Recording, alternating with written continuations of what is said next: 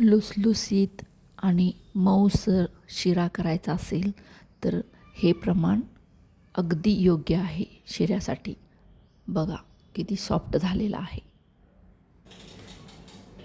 1 वाटी बारीक रवा 0 नंबरचा, 1 वाटी साखर आणि या 2 वेलची.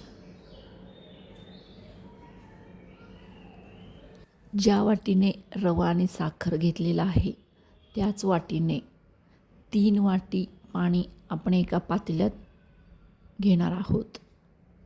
अगदी प्रमाण योग्य घ्यायचं आहे म्हणजे शिरा अगदी व्यवस्थित होतो. या पाण्यातच थोडे केसर टाकून ठेवायचं आहे आणि ते पाणी उकळायला ठेवायचं आहे. कढईत आपण जे प्रमाण घेतलेलं आहे वाटीचं त्या वाटीच्या प्रमाणानेच अर्धी वाटी तूप कढईत कडवून घ्यायचं आहे आणि त्याच्यात ड्रायफ्रूट्स तळून घ्यायचे आहेत. इथं मी फक्त बदाम घेतलेले आहेत. तुम्हाला हवं असेल तर तुम्ही इतर ड्रायफ्रूट्सही घेऊ शकताय, काजू बेदाणे वगैरे. ड्रायफ्रूट्स तळून झाल्यानंतर त्यात आपण रवा भाजून घ्यायचा आहे. अगदी मंद आचेवर हा रवा भाजून घ्यायचा आहे. रवा छानपैकी असा तांबूस कलर त्याला यायला पाहिजे. बघा,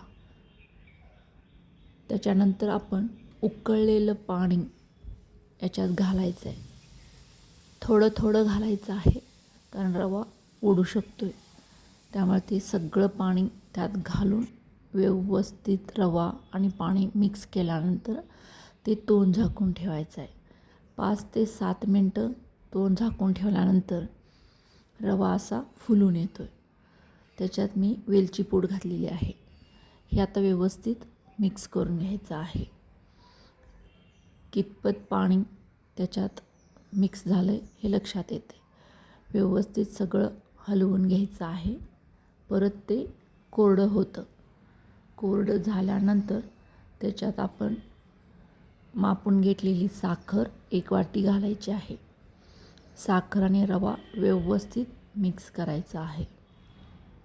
आता इथं बघा, साखर घातल्यानंतरही आणि परत त्याला पाणी सुटतं. पाणी सुटल्यानंतर परत ते रवा आपला फुलून येतो.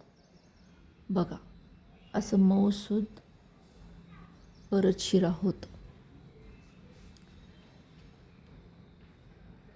व्यवस्थित मिक्स करून झाल्यानंतर ते परत 5 मिनटं आपल्याला झाकून ठेवायचं आहे.